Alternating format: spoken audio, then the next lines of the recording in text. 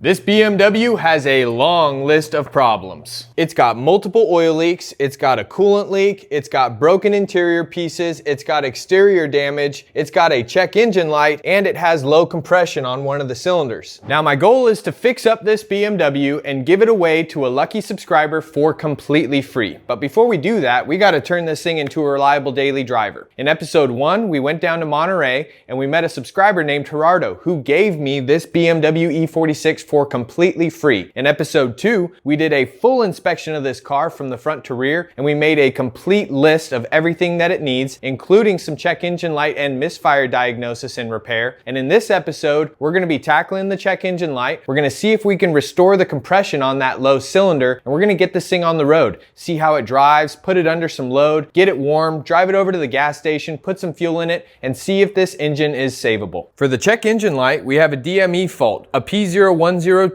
signal mass airflow sensor, short circuit to negative or open circuit. We also have another DME fault, signal camshaft sensor inlet, a P0340 or 341. Now if you're not following me on Instagram at DayOffDIY, last week I did a little in-betweener troubleshooting video where I took an old mass airflow sensor, I swapped it into the car, cleared faults, and that mass airflow sensor fault did not return. So for this video, I ordered up a new mass airflow sensor and we're gonna be installing it. On top of that, this car will die and stall out on me after the first and second key cycle after it sits for a while. Of course it's not gonna do it right now. That's the law of mechanical repair. Now that stalling symptom is usually associated with the cam sensor faults that we're seeing. So in this video, I have brand new intake and exhaust camshaft sensors that we're gonna be installing in addition to that new mass airflow sensor. So in addition to the new mass airflow sensor and the new cam sensors we got to install, I also picked up some Berryman B12 chem tool. This stuff's great for soaking pistons and soaking rings, trying to get that carbon buildup to break off. I also got some seafoam. This is another great option. So we're gonna combine this together into that cylinder, make a little super soda cocktail, let it soak overnight, see if we can get that compression to come up. I also picked up some emergency oil change supplies from the O'Reilly up the street, some Valvoline full synthetic and a Wix filter. I want to drain and refill all that oil after we do that soaking because it's going to have a lot of solvent down in that oil in the crankcase in the oil pan. So what we're going to do, let's put in the MAF, let's put in the camshaft sensors, let's take this thing for a drive. Then after that, we'll check compression on the problem cylinder. We'll pour this stuff in, we'll let it soak overnight, and then we'll get it all pulled out, and then we'll drive it and then double check compression after that and see if we see any improvement. Now mass airflow sensors are one of the easiest sensors you will ever install. Take out these two 10mm, loosen the hose clamp for the air intake, unplug the sensor, pull out the air box. Now it clips to the air box with these two little metal clips. So just pop those off, pull the old mass airflow sensor out, throw a little lube on this O-ring just to make it go in a little easier, and install our new mass airflow sensor. Now a quick tip, if you ever have to put a mass airflow sensor in a BMW, only use original equipment mass airflow sensors. These cars hate aftermarket mass airflow sensors. You're gonna waste your money, it's gonna cause more problems. All right, now we can get cracking on the cam sensors. This should be the exhaust cam sensor since it's over here on the exhaust side of the cylinder head. Start by pulling this little connector off. Got these new angled Knipex needle nose. This should work perfect for this.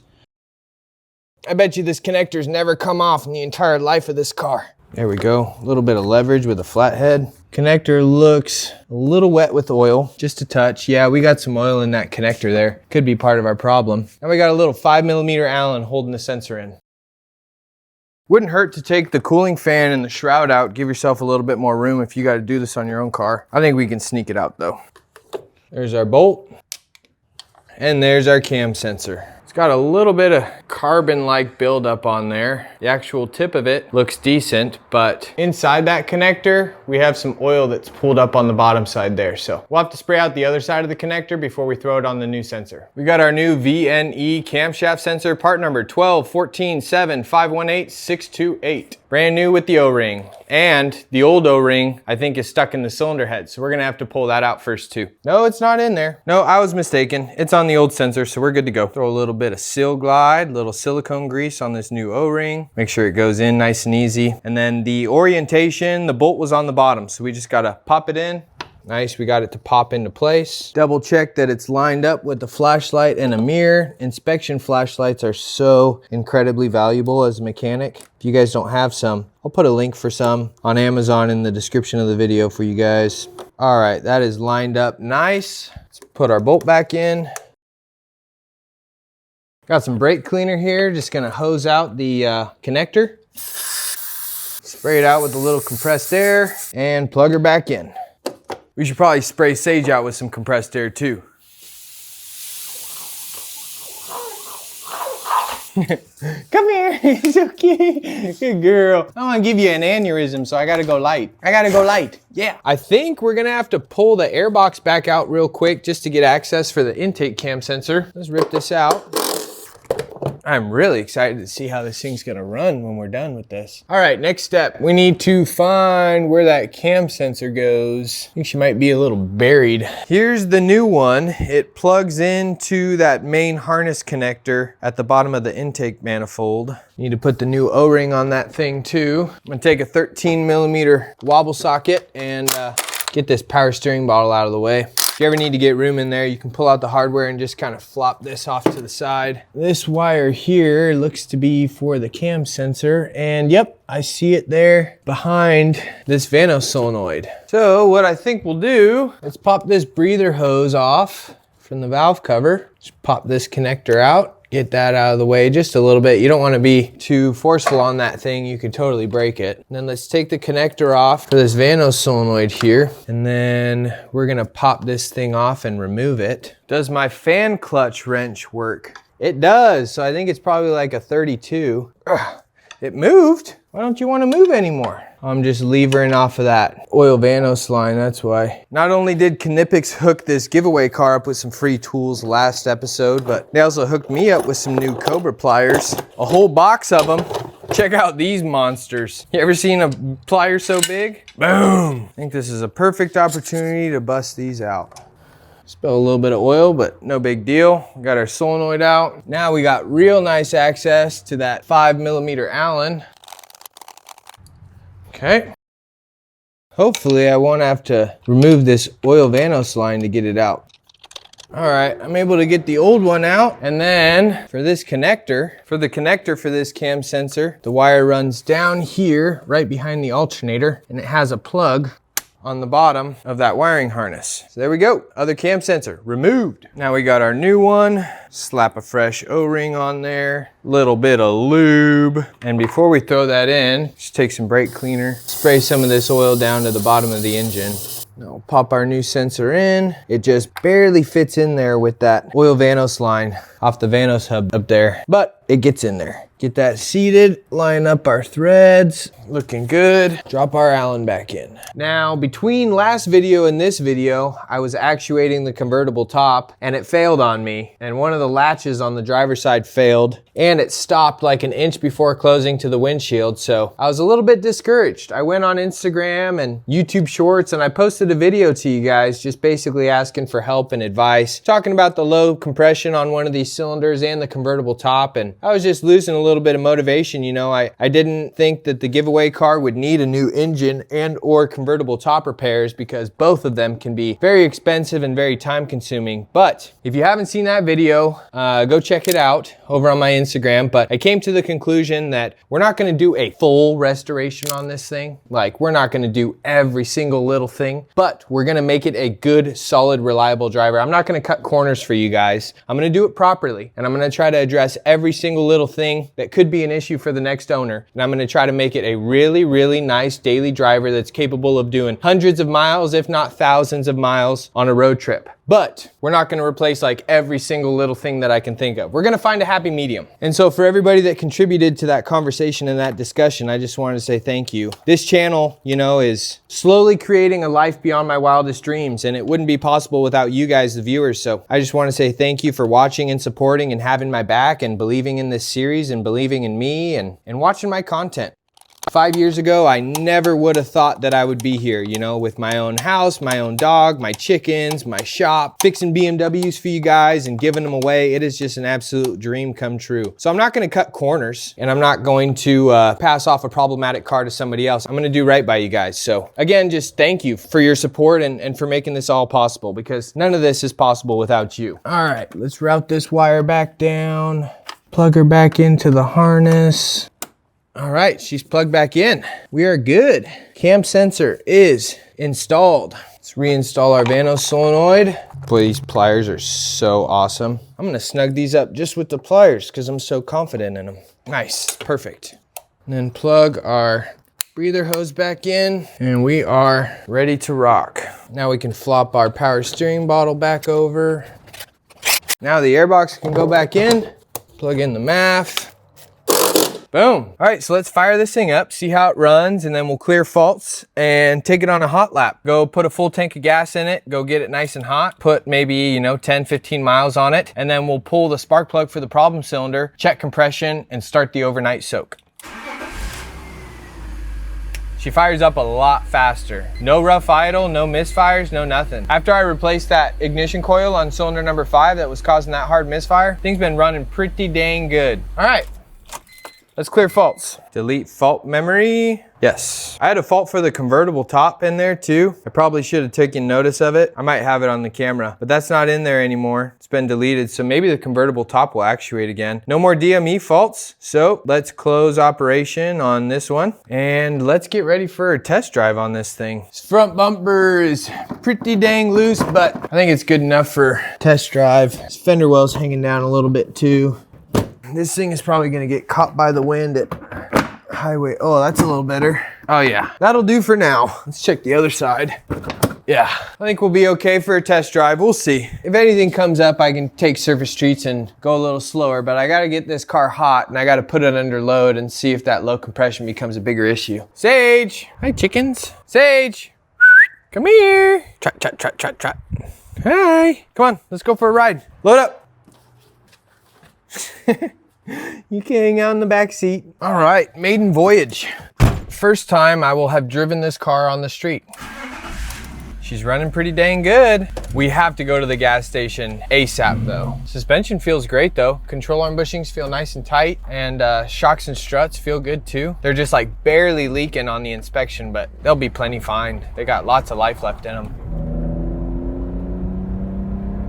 Hey, pretty dang good. It's got a coolant leak, but we do need to get it warm. I want it warm for the compression test as well. Now, as far as the giveaway goes, guys, it's gonna be a United States giveaway. It's gonna be lower 48 states. I wish that I could go international. I wish that I could open it up to Alaska and Hawaii, but I do not make YouTube money yet. I don't make much money at all. Shipping international would cost so much money, I simply can't do it because I have to drive this car to the winner, and I have to give it away and then arrange flights to be able to get back. So time to fill her up. Price is $5.75 per gallon. $91.83 for 15.9 gallons. Sheesh. We'll have to keep a close eye on the temperature as we drive this thing because it does have that coolant leak, but so far so good. Let's go get this thing on the highway and take it through the paces, see what this thing does at highway speeds. Now it's a good time to mention, if you're not subscribed to Day Off DIY, it's a great time to do so because that's gonna be the #1 requirement to win this car,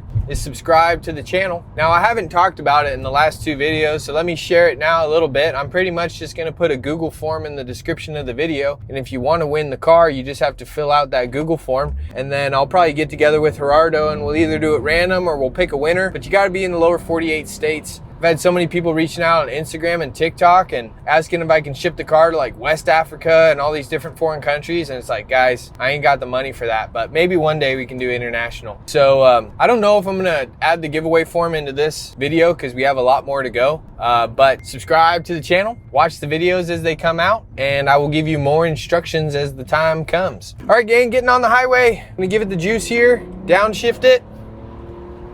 6,000 RPM right there. We're at 75, temperature's holding, cruising at 2,600 RPM.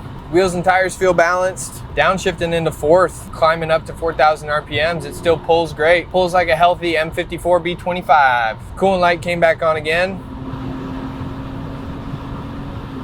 Dang, man. That was a third gear highway pull at 5,500 RPM up to 80 miles an hour, and she was doing it.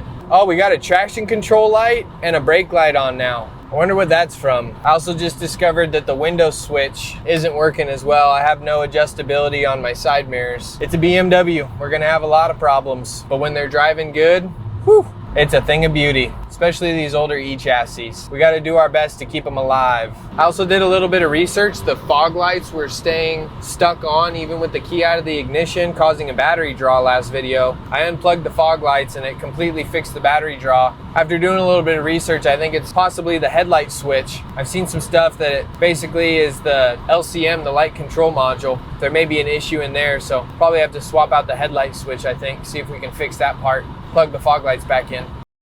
Overall, test drive successful, guys. We put 16 miles on it. We got a traction control light. We got a yellow brake light. We got an airbag light. We got a low coolant light, but no check engine light. The car accelerated and pulled really well, and feeling pretty hopeful. So let's get this thing back into the barn, pull out the ignition coils and the spark plugs, do another compression test across the board, see what numbers we got, and then start the overnight soak. Real quick, before we jump into compression tests, I wanted to pull faults to see what that DSC light was from. It's from pressure sensor 1 in the DSC module. See if we got any more details here. Not much else besides just pressure sensor 1. Frequency of 1. So we'll have to do some more research on that because I'm not exactly sure what that means. Contrary to what a lot of you guys think, I am not a BMW master tech. In fact, I only worked on them professionally for like 6 years, and it takes a very, very long time to learn all the ins and outs of automotive repair, especially one specific make and model. So a lot of times I just do research like you guys would do research and try to figure out a solution and then share whether that solution works or whether it doesn't. We also got some faults for the general module for the LIN bus. No response on passenger mirror, no response on driver mirror. Also for nozzle heaters left and right, and anti-trap protection for both front windows. You guys got any information on these? If you do, I would love to hear it. And then belt tensioner, front passenger. You guys think that's what our airbag light is coming from? Let me know in the comments. All right, let's start prepping this thing for a compression test. I think we're gonna do a dry compression test this time. So first thing I'm gonna do is pull the ignition coils and the spark plugs, and then I'm gonna find the fuel pump relay. I'm not sure if that's up in the engine bay or in the glove box, and we'll disconnect the fuel pump so we're not spraying any more fuel. Let's start pulling ignition coils. Now we can pull spark plugs. I think the fuel pump relay is in the glove box. Fuel pump, fuse number 54. It's a 20 amp on the right side, right after a 30 and right before a 15. If you guys aren't familiar with this, there's a little trap door behind the glove box on these E46s and other BMWs. Drop that down, and you're gonna pull this out. And so 54, 50 is a 40, and then blank 30, 30, and then 53 is blank, and it should be that one right there. I'll bust out my Snap-on compression tester. You don't need Snap-on. You can get one from Harbor Freight for 1/10 of the cost. I just used to have a Snap-on dealer and I enjoy the warranty, and also I just bought it straight off the truck. But I'll put a link for a cheaper compression tester in the description for you guys. So let's get started. We thread our adapter down into the spark plug, into the cylinder head, and when I crank it over, I'm gonna be going for between 5 to 10 revolutions. I think I'm gonna go 10 just to play it safe. And I'm also gonna have my foot all the way down. I'm hoping to have the throttle body completely wide open to increase airflow. I saw that online as well. So we're threaded, let's get started.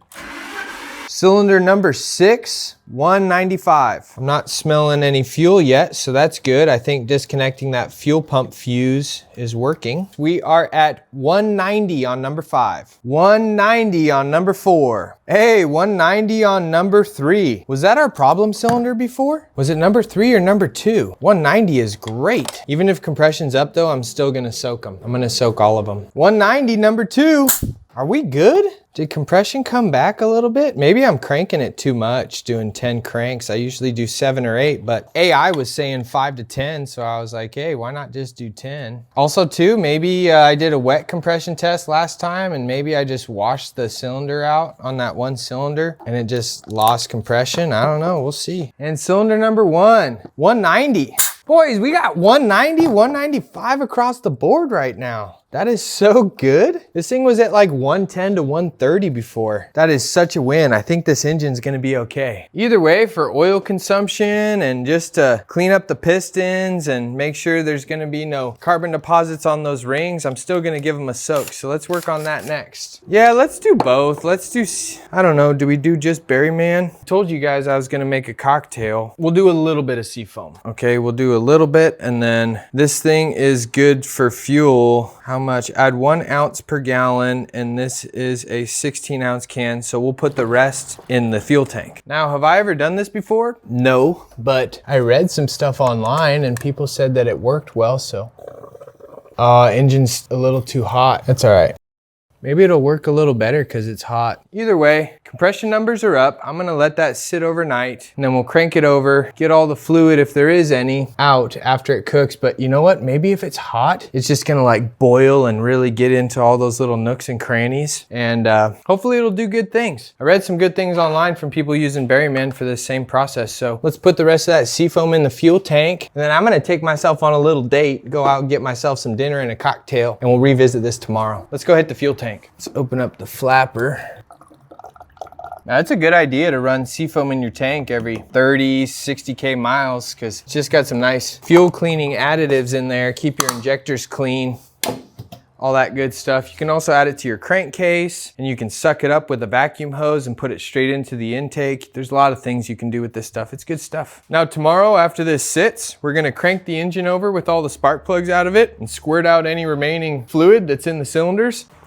And then we're gonna probably put a little bit of Marvel Mystery Oil down the cylinders, just because all that solvent that we just put down there is gonna wash the cylinder walls clean. And it's actually probably gonna take us several cranks to be able to get compression back in those cylinders and get oil back up on those cylinder walls. And then we'll recheck compression, then we'll put ignition coils and spark plugs back in it. Then we'll do an oil service and get all this old oil out of there, throw in some fresh stuff, and then just sort of monitor how it idles and runs and drives. And then we'll make a game plan on what we're gonna do for repairs from there. So I'm gonna go take myself on a date. I'll see you guys in the morning. It is the next day. I'm not seeing any fluid down in them cylinders, so I think it all evaporated. I wanna crank it over, but this thing is gonna be completely washed empty in all 6 of these cylinders. So let's put a little drop of Marvel Mystery Oil, get some lubrication down in there. We'll crank it over, and then let's throw the compression tester back on it while we got the spark plugs out. Throw everything back in, see how she runs. Just a little touch. Got some rags over the cylinders. Let's crank it over, see how she sounds, get any of this excess fluid out. It sounds like a straight up broken engine, but it's gonna be just fine. It's just gonna take a little bit of while to get compression back into those cylinders. What we're gonna do is put the spark plugs back in it because I just wanna get this compression built up and get this thing running again. And then let's get it hot, and I'll probably pull all the spark plugs back out, ignition coils, just to double check compression numbers. And then we'll drain the oil, put some oil back in it, maybe take her for a spin. It's funny, you know, did I really need to soak the pistons and the cylinders overnight when I got compression to come back up in the problem cylinder? No, I probably didn't need to, but I already had the idea to do it, so I was like, oh, I might as well just continue with the game plan. Maybe it'll help oil consumption in the future, because I'm not really sure if this engine consumes or not. It's gonna smoke like a pig with all that Marvel Mystery Oil in the cylinders too. I need to remember to put that fuel pump fuse back in too. Right now it just sounds like a broken engine with 0 compression. Before I put those coils back in, spray off some of this Marvel. These M54s are strong though. B25, B30, either one. They are good, strong engines. At least as long as you don't overheat them and cause any head gasket damage, these things are tanks. Sometimes they consume a little bit of oil, but they are easily a 300,000 mile engine when taken care of. Okay, let's put this fuel pump fuse back in. There we go. All right, let's see if she runs. It's gonna take a minute to build fuel pressure back up again. It's gonna take a minute to get compression back into the cylinders with the Marvel and just regular engine oil. And it's probably gonna be a little smoky too, but let's try it. Instant. Woo-hoo-hoo-hoo. She is just a little smoky, but she's a runner. It'll clean up. Check engine lights on, but she'll clean up. It's just all that Marvel burning off. Hopefully I didn't do any damage. I don't think I did. Gotta let that garage clear out for a minute. let her idle. It's a little daunting, like, Alec, why'd you do all that if the engine was running just fine with 190 PSI across the board? I don't know, I just wanted to do it.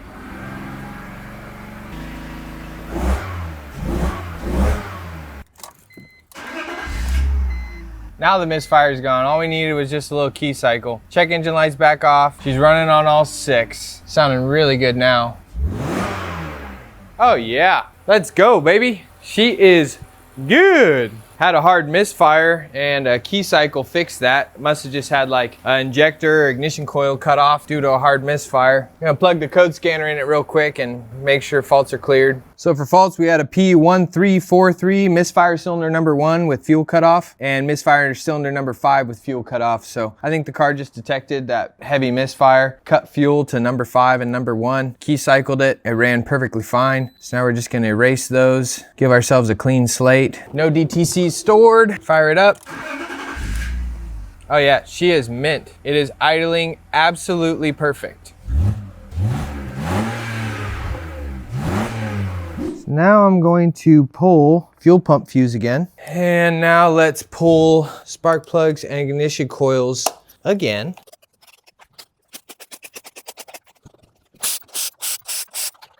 And now we're going to double check compression across all 6 cylinders one more time, just to confirm that we have the same numbers as before. I gotta check after I did the piston soak. It's the only way. This time I will have my foot to the floor to hopefully have the throttle body open, and we're gonna do 8 revolutions. 185 on number 6, 190 on number 5, 190 on number 4, 195 on number 3, 195 on number 2. She's healthy. She's alive. She's a runner. The engine is still good. Oh, that is such a big relief. 195 on cylinder number 1. Let's go. Let's go. That's a big win. Yeah, baby. Let's start putting this thing back together.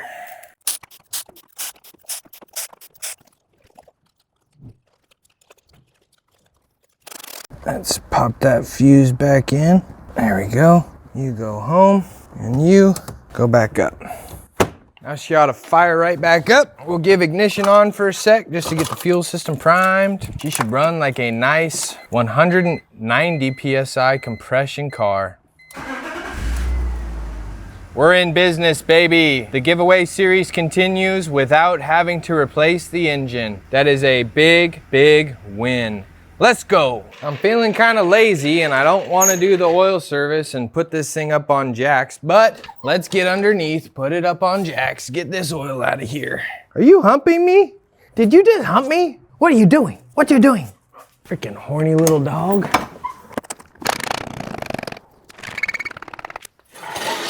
I need a new lift. Maybe when I get a new lift, I can give this one away to one of you guys. Hey, Ben Pack, you want to sponsor this giveaway series and hook your boy up with a new lift? Maybe one of them little half height lifts that work in 8 and 9 foot ceiling garages. Let's work, Ben Pack. Let's do that thing. Also, at the time of recording this video, today is National Wildland Firefighter Day. So shout out to any of my old coworkers that watch this channel perhaps, and shout out to any of you guys who are in the fire service, who have ever worked in the fire service or are wildland firefighters. We need more of you guys out there. I hope you have a safe and productive fire season. All right, let's pop the oil cap, pop this filter out of here.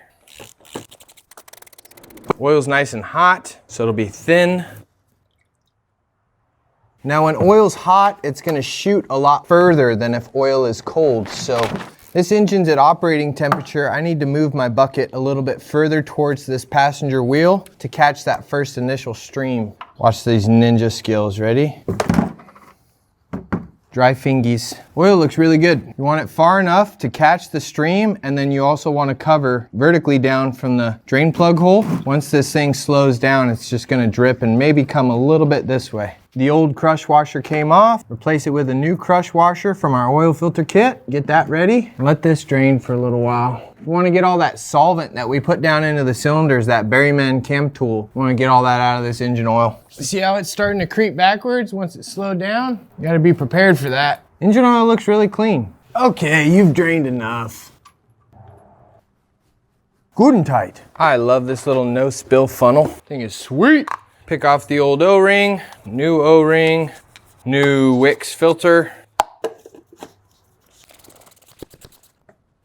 Snug her up. Just throw in some new oil. We got some Valvoline Advanced Full Synthetic. Just some cheap stuff from the store up the street. I just needed oil. We're gonna be dumping this and redoing it once we fix all these oil leaks because we gotta do oil filter housing and oil pan. Probably do valve cover too. We need to do the cooling system. It needs water pump, thermostat, expansion tank, upper hose, lower hose. Probably do the water pipes. I think we should probably reseal the intake manifold as well. Do a new breather and put new intake gaskets on there and maybe some new intake hoses. I'm gonna try to do all the usual culprits. So whoever wins this car has a nice dialed in E46. All they gotta do is some preventative maintenance items. All right, oil cap goes back on and let's fire this thing up. See if I can remember how to reset the oil service on these ones so I can show you guys. Pretty sure you go, hold this down, go position 1. There we go. And then once it says reset, press and hold again until reset flashes, and then single press. Now we have reset oil service to 15,525 miles, which is absolutely ludicrous. Don't wait that long to do your oil changes, okay? You need to do them every 3,000 to 5,000 miles, even with full synthetic. 7,000 at the latest, but still on a BMW, 5,000 miles at the latest. Let's go, guys. This car is dialed. Not really, but it's getting more dialed in. It's definitely way, way better than when we first got it. So in conclusion for today's episode, we fixed those 2 check engine lights by replacing the mass airflow sensor and those 2 cam sensors. We also fixed that long crank symptom that we had from those cam sensor faults. And we also fixed the stalling condition that I had. After this car would sit for a while, on the first startup, it would die. Second startup, it would die. Third startup, it would run. And when we replaced those cam sensors, it fixed it up completely. We checked compression. I thought I was gonna have 130 PSI on that problem cylinder, but after taking this thing out and giving it a nice hot lap and a little Italian tune-up, we got the compression back up to 190, baby. 185 to 195 across the board. So this engine is good and it is savable, and that means that we can continue with the giveaway series and getting this thing dialed in. So I think for the next few videos, we'll probably do like a oil leak repair video. So we'll do valve cover, oil filter housing, and oil pan all in one. And then maybe next we'll do a cooling system overhaul. It needs a water pump, thermostat, expansion tank, auto trans thermostat, upper hose, lower hose. We'll do all that in one video. And then maybe after that, we'll do intake manifold reseal with breathers for the M54, and then probably do the water pipes while we're down underneath there. Then from there, we can work on the interior, do all the little, center console, cup holders, throw some seat covers on it, throw some floor mats. I'm trying to decide whether I want to tackle the convertible top myself. Need to do a little bit more diagnosing on that, see what the fault code stored in ISTA is all about, do a little bit research on how to fix that driver's side latch that failed. Or I'm thinking maybe I'll take it to a convertible top specialist and maybe just shadow them and have the expert show us how it's really done on this car. So we'll see. Be sure to subscribe to the channel. You're gonna have to be subscribed if you want to win this car. And keep an eye out on the channel. We're gonna have some new episodes coming soon. They're gonna be sprinkled in around other content, but we're definitely gonna be making this car a priority for content for the month of July and the month of August. So I hope you enjoyed, or I hope you learned something new. And as always, folks, I will see you on my next day off. Cheers.